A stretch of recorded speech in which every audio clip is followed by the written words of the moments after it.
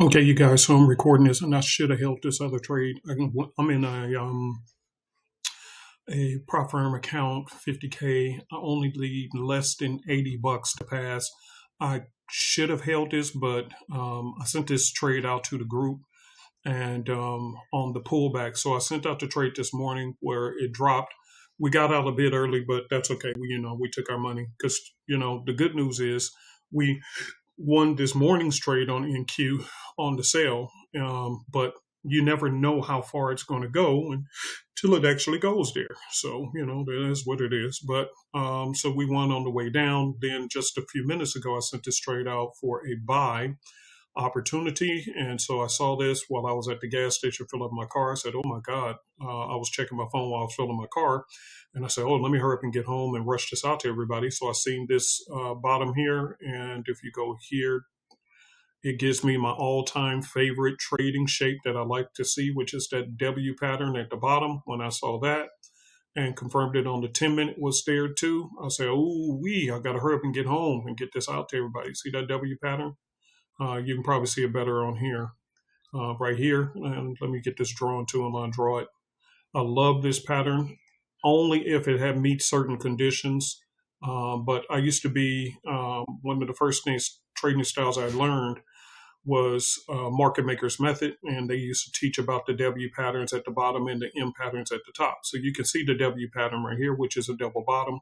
So once I saw that after a major, major, major drop, and it hitting down to my fib levels right here, I was waiting for it to actually touch it. It didn't, but that's okay. It came close, gave the W pattern. I said, okay, let's go ahead and take a buy. So I sped home out of traffic, sent this trade alert out to my group. And man, within about 5 minutes, bro, this thing shot smooth on up to everybody. And so, it did this move right there, boom. So I sent the alert out to everybody, hey, take your money, because it's close to the end of the closing of the day. And so volume begins to get slow. And what it does after it does what's called an impulse move. And let me go to a higher time frame and kind of see if you can see this. Okay, so you can see this. So what it will do to show that there's a change of possession, let's just say that change of possession. So the bears was in charge all day long, selling, selling, selling, selling, selling. And I'm gonna switch to the Hakanashi candles, and you can see that. Okay, so you can see everything a lot better.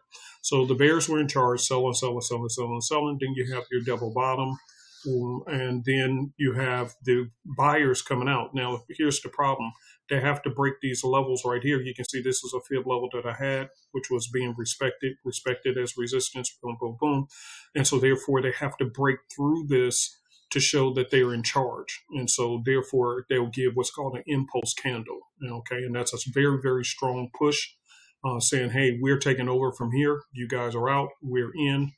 And so when it gave that impulse move, boom, boom, and see, I should have held it. Oh, I only needed $80 to pass it. So the challenge, I wanted to pass it today, but that's okay. I'll get in and finish up tonight, and then I'll have another live account to trade with. But anyway, the point is that I saw this move. We got in, got out pretty quickly. And right when I saw this red candle, I said, hey, everybody, take your money. With NQs, oh, I'm sorry, I'm on MNQ. No wonder. It looks weird. Okay, same thing, though. You guys can still see it. Same thing. This is just a miniature version in case you have a small account. So anyway, with one contract that shot up 1,200 on this real quick, went in 1,300, whatever. As soon as I saw this pullback right here, just said, go ahead, take your money, because we got in very early down here, shoot up, and then it pulls back. And then you see it's kind of slowly, it's still migrating up, and it's going to probably migrate through this evening. But me at this point, I want to see a pullback happen first after a strong push to the upside. Give me a strong pullback first. And I thought this is what it is, which is why I say, hey, take your money. Then later on this evening or tomorrow, whatever, we'll be looking for more longs. But you can see right now, as I'm doing this recording, that it's starting to pull back as we speak. This is exactly why I said take your money. So look at this candle right here. Look at there. You can see the red candle forming. See, that's why we don't get greedy. Because you always say, oh, if you go further, I could have got more. Yep, but look at here. If you would have held, you'd be losing. So right when I saw this candle right here, I said, okay, the impulse move is over, and it's probably going to stop and do a pullback, which is what I prefer. Give me that impulse pullback. Once the impulse pullback comes back and maybe retest this level right here, and then give me another buy alert for me to go ahead and buy, then we'll hop back in and we can ride this gravy train right on back up. But see, this is exactly what's going on, that pullback, and it's happening as we speak, just as I told you guys. This is literally happening right in front of you. See, and this is why you don't be greedy. Just take your money. On a fast move up, take your money quick, because shortly afterwards there's going to be a pullback, and you're actually seeing it happening right in front of your eyes like it was a magic trick. Because I just said I was expecting it, and look what's going on. It's happening as we speak. So I make the charts bigger so you guys can see this, so you can kind of learn that, okay, if Uncle P is telling you, hey, take your money and run, and, do what you want, it's your account. I always tell them, hey, it's your account, do what you want, but I'm running, I'm getting out of here. But this is exactly what I'm saying. After you've been trading for a while, you kind of know the behavior patterns of the market. So again, it's close to the closing time of the day. You can see that it's almost 4 o'clock. The market's closed at 5. So I'd rather just take my money and wait for an entry later on to finish up. All right. So anyway, hope you guys enjoyed the video, and that's that.